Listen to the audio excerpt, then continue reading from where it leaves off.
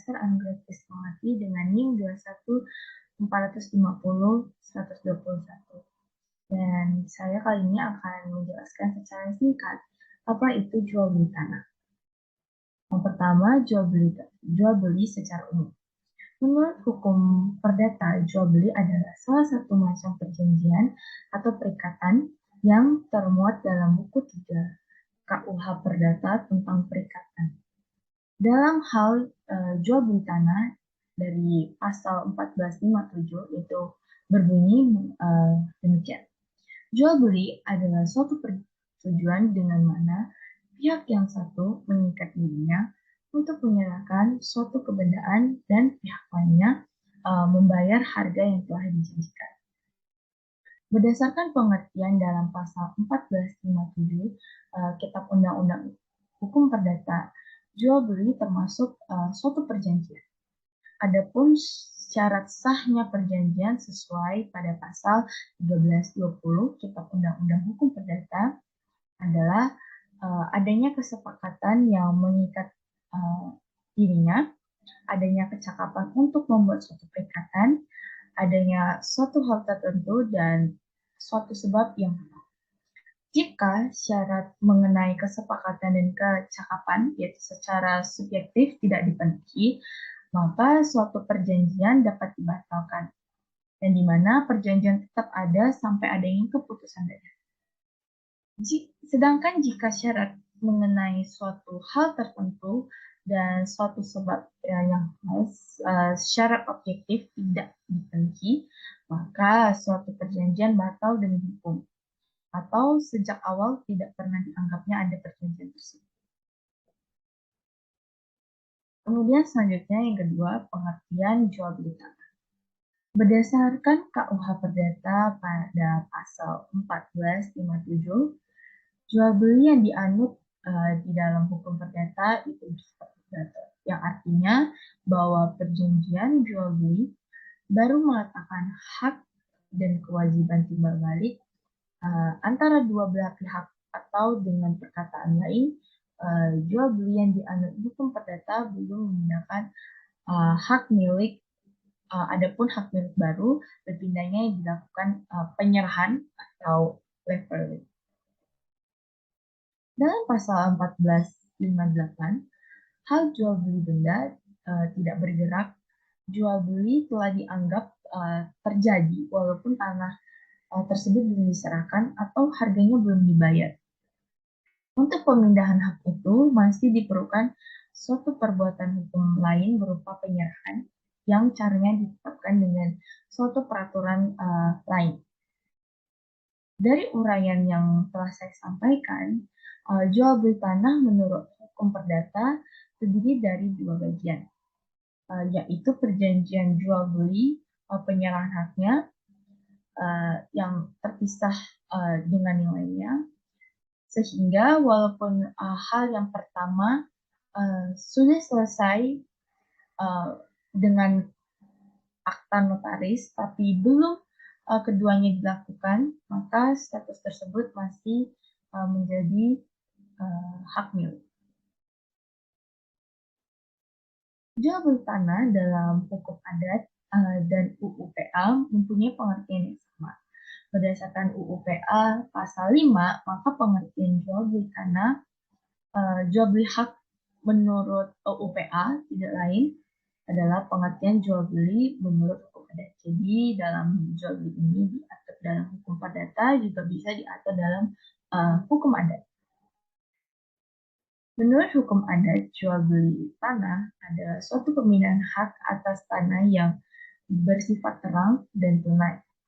Yang pertama, terang itu memiliki arti yaitu perbuatan pemindahan hak tersebut harus dilakukan di hadapan kepala adat yang berperan sebagai pejabat yang menanggung keteraturan dan hanya perbuatan pemindahan hak tersebut, sehingga perbuatan tersebut diketahui oleh umum. Yang kedua, tunai. Nah, maksud tunai yaitu bahwa perbuatan pemindahan hak dan pembayaran harganya dilakukan secara serentak. Jadi saat melakukan transaksi antara penjual dan pembeli, maka hal itu harus dilakukan secara serentak. Oleh karena itu, maka tunai mungkin harganya dibayar secara kontan, juga bisa dibayarkan secara angsuran, tapi juga bisa dilakukan secara tunai. Dalam hal pembeli tidak membayar sisanya, maka penjual tidak dapat menuntut atas dasar terjadinya jual beli tanah, tetapi atas dasar hukum utang piutang. Selanjutnya, syarat-syarat jual beli tanah. Syarat-syarat dalam hukum terhadap pengalihan hak atas tanah itu terbagi menjadi dua macam. Yang pertama syarat material dan syarat formil.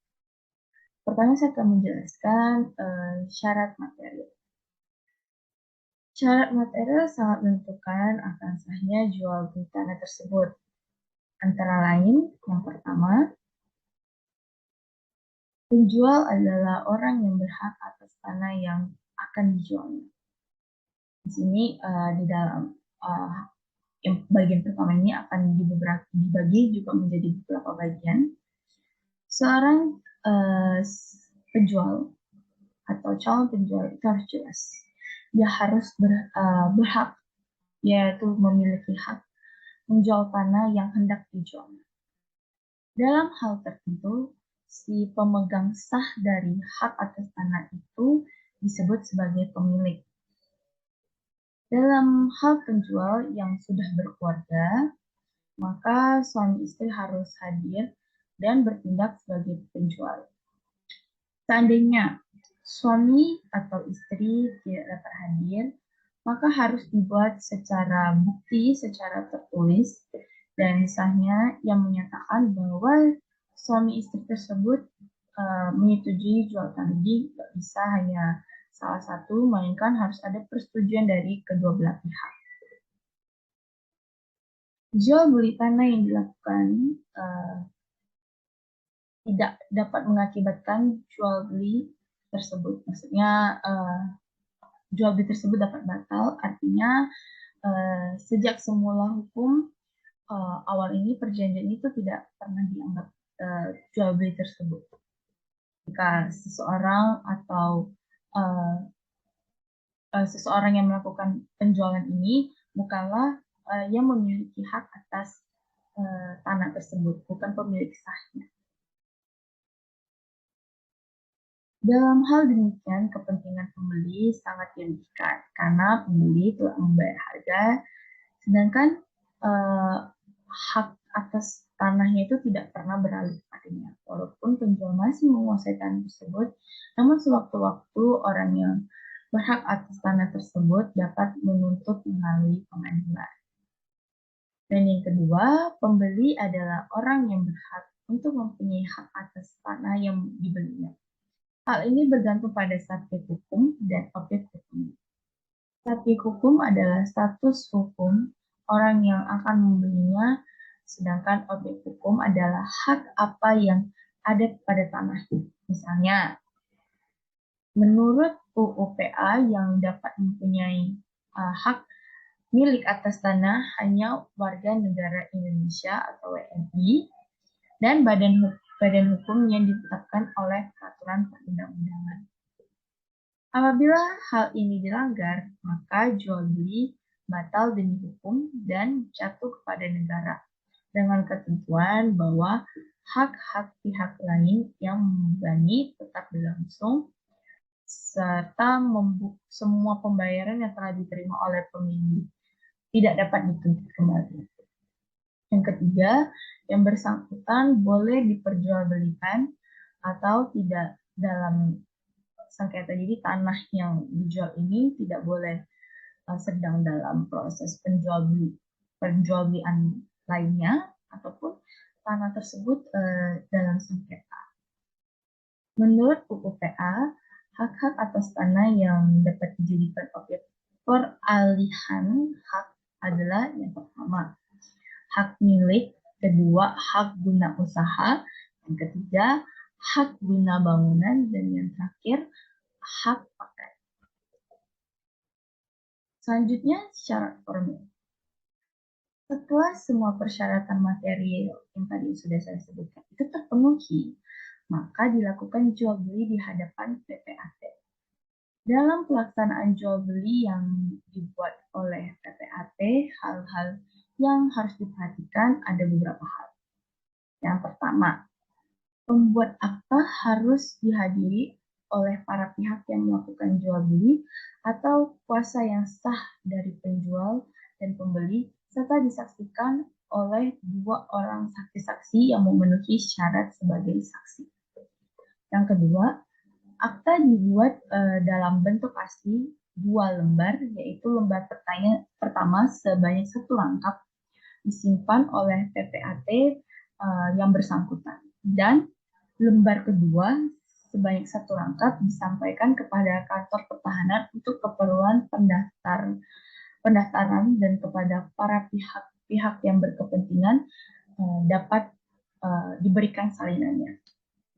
Dan yang ketiga, setelah akta tersebut dibuat, selambat-lambatnya 7 hari kerja sejak tanggal ditandatanganinya akta yang bersangkutan, PPAT wajib menyampaikan akta yang dibuatnya berikut dokumen-dokumen yang bersangkutan kepada kantor pertahanan untuk didaftar, dan PPAT wajib menyampaikan pemberitahuan secara tertulis mengenai apa yang telah disampaikan terhadap akta tersebut kepada para pihak yang bersangkutan.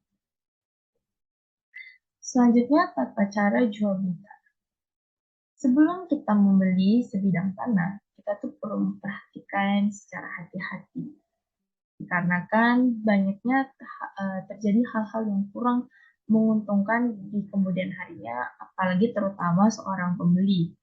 Misalnya tanah yang dalam keadaan sengketa, atau juga tanah yang terletak dalam lokasi daerah yang terkena penertiban atau sebagainya.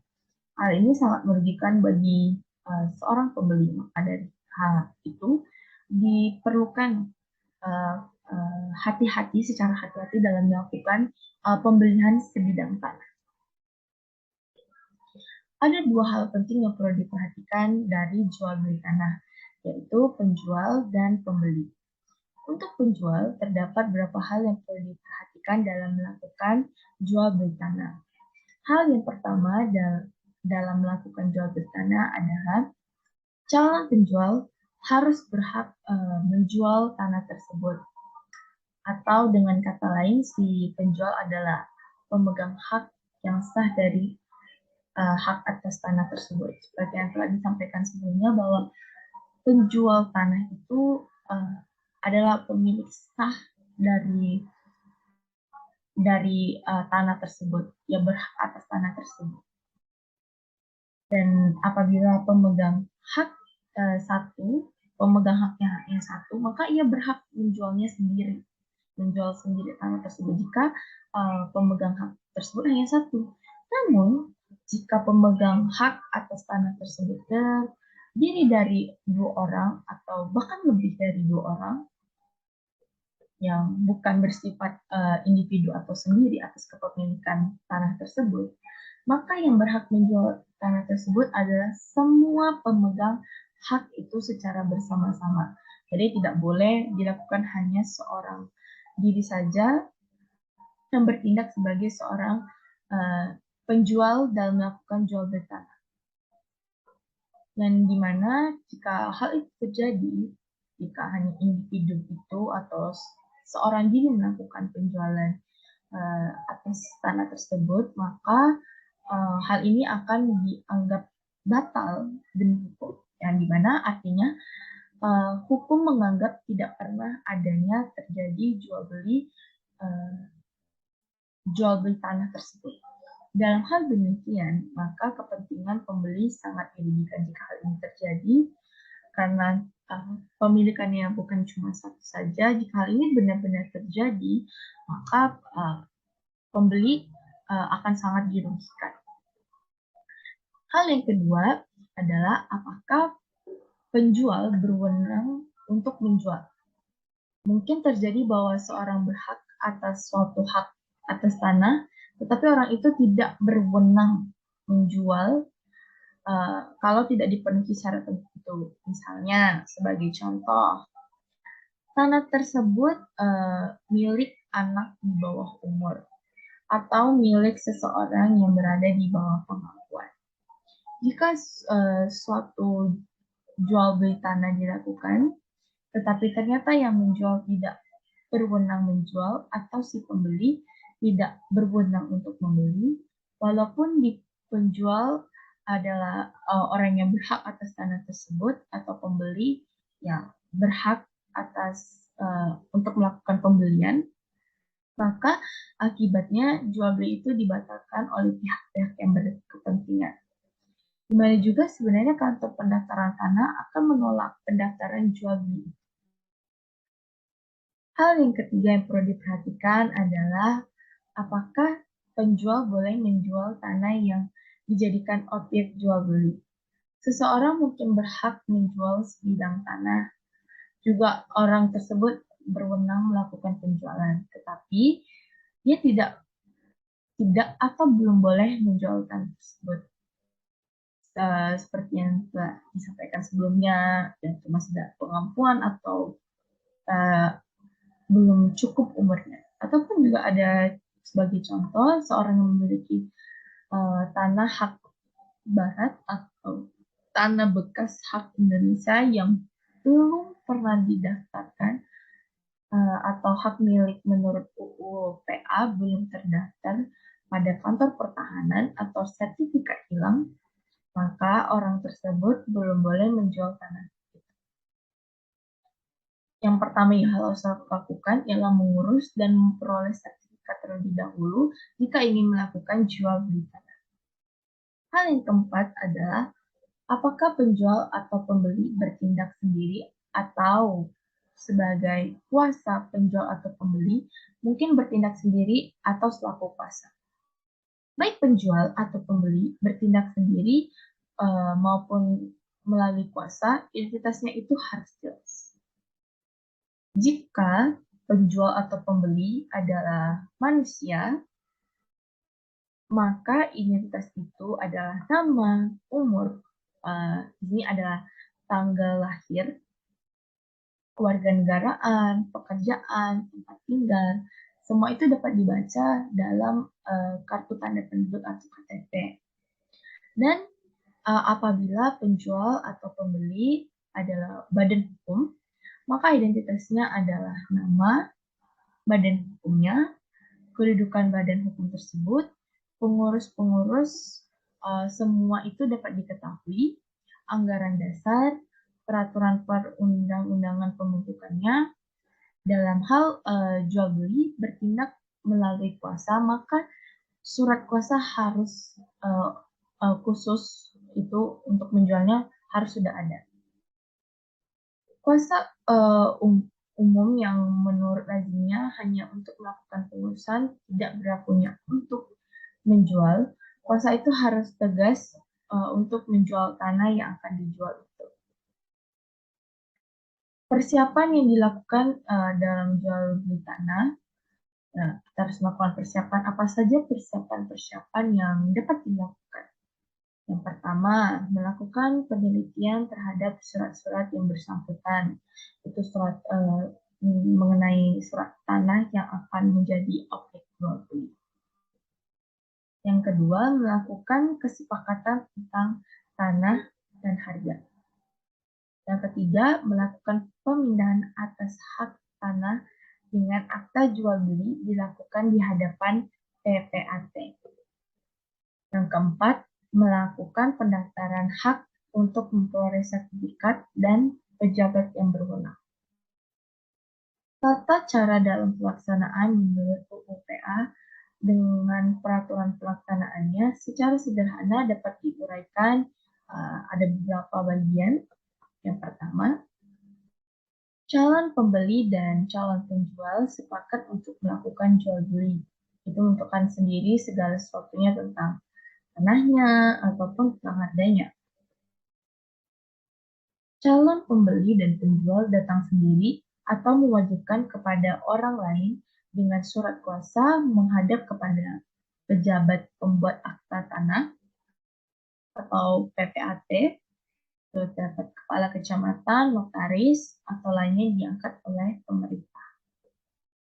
Yang ketiga, dalam hal yang akan dijual itu belum disertifikatkan atau dibukukan, maka diharuskan kepala desa atau seorang anggota pemerintah desa yang di samping akan bertindak sebagai saksi, juga menjamin bahwa tanah yang dijual itu memang betul adalah milik penjual dan ia berwenang untuk menjualnya. Dalam hal tanah yang akan dijual itu sudah disertifikatkan atau sudah ada sertifikatnya, dihadirkan 2 orang saksi. Itu juga nggak harus kepala desa ataupun anggota uh, pemerintah desa. Tetapi apabila pejabat pembuat akta tanah PPAT menganggap perlu jika ada keraguan tentang wewenang yang orang yang mau melakukan jual beli itu, maka PPAT dapat meminta kehadiran kepala desa dan seorang anggota pemerintah desa dari tempat letak tanah yang akan dijual. Kalau tanah yang dijual telah disertifikatkan, penjual harus menyerahkan sertifikat, tetapi kalau belum disertifikatkan, sebagai gantinya harus dibuat surat keterangan dari Kepala Kantor Pertahanan yang menyatakan bahwa tanah itu belum disertifikatkan atau belum dibukukan. Dan yang terakhir, setelah PPAT merasa persyaratannya cukup, tidak ada halangan atau misalnya sengketa persengketaan dan tidak ada keraguan yang sudah menganggap bahwa persyaratan ini cukup, maka PPAT membuat akta jual beli tanah tersebut. Selanjutnya dengan adanya tanah tersebut, maka PPAT dapat mengurus pendaftaran sampai sertifikat tanah itu jadi dan diserahkan. Presentasi dari saya ucapkan terima kasih atas perhatiannya. Sekiranya dalam pemaparan itu saya sampaikan dapat benar. Terima kasih.